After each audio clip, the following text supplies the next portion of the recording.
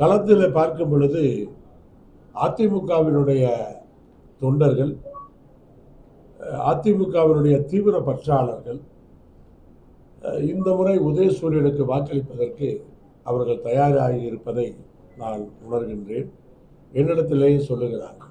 அவர்கள் சொல்லுவது என்னவென்று சொன்னால், அதிமுக தொண்டர்கள் என்ன சொல்லுகிறார்கள், அவர்களுடைய அழுத்தத்தின் காரணமாகத்தான் எடப்பாடி பழனிசாமி அவர்கள் பாரதிய ஜனதா கட்சி கூட்டணியிலிருந்து வெளியே வந்தார்.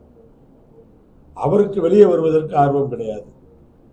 ஆனால் இந்த முறை பாரதிய ஜனதா கட்சியோட கூட்டணி போட்டால் அதிமுகவிலிருந்து உறுப்பினர்கள் பாதி பேர் வெளியில சென்று விடுவார்கள் என்ற பயம்தான் அவரை கூட்டணியிலிருந்து வர வைத்தது.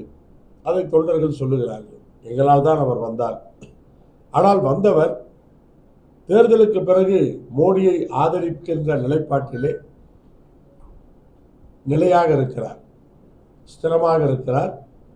ஆனால் தேர்தலுக்கு பிறகு அவர் மோடியை ஆதரிப்பார் என்றால் அப்ப நாங்கள் கொடுத்த அழுத்தம் என்னவாச்சு, அவர் எங்களுக்கு கொடுத்த வாக்குறுதி என்னவாச்சு, அப்ப அவர் எங்களை ஏமாற்றுகிறாரா, சொந்த கட்சி தொண்டர்களுக்கே துரோகம் செய்கிறாரா என்றெல்லாம் அதிமுக தொண்டர்கள் கேள்வி கேட்கிறார். ஆனால் இன்றைய தினம் ஒரு பொது எதிரி என்று சொன்னால் மோடி. அதிமுக தொண்டர்களுக்கும் பொது எதிரி மோடிதான், திமுக தொண்டர்களுக்கும் பொது எதிரி மோடிதான். தமிழகத்தின்பால் பற்று கொண்ட, தமிழக வளர்ச்சியிலே ஆர்வம் கொண்ட அத்தனை பேருக்குமே பொது எதிரி என்றால் பிரதமர் மோடி அவர்கள் தான்.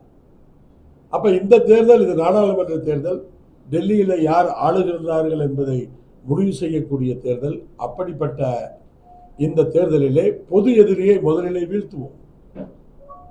தமிழகத்திலிருந்து பாரதிய ஜனதா கட்சியை விரட்டுவோம். எந்த காரணத்தை கொண்டும் ஒரு தொகுதி கூட பாரதிய ஜனதா கட்சி இரண்டாவது இடத்துக்கு வந்துவிடக் கூடாது என்பதிலே அந்த தொண்டர்கள் தெளிவாக இருக்கிறார்கள். அதிமுகவுக்கு போட்டால் தேர்தலுக்கு பிறகு அவர் மோடியை ஆதரிப்பார் என்று சொன்னால், அப்ப எங்களுடைய மோடி எதிர்ப்பு நிலையை எடப்பாடி பழனிசாமி அவர்கள் புரிந்து கொள்ளவில்லை என்று ஒரு தீவிர தொண்டர்கள் இன்றைக்கு சொல்லுகிறார்.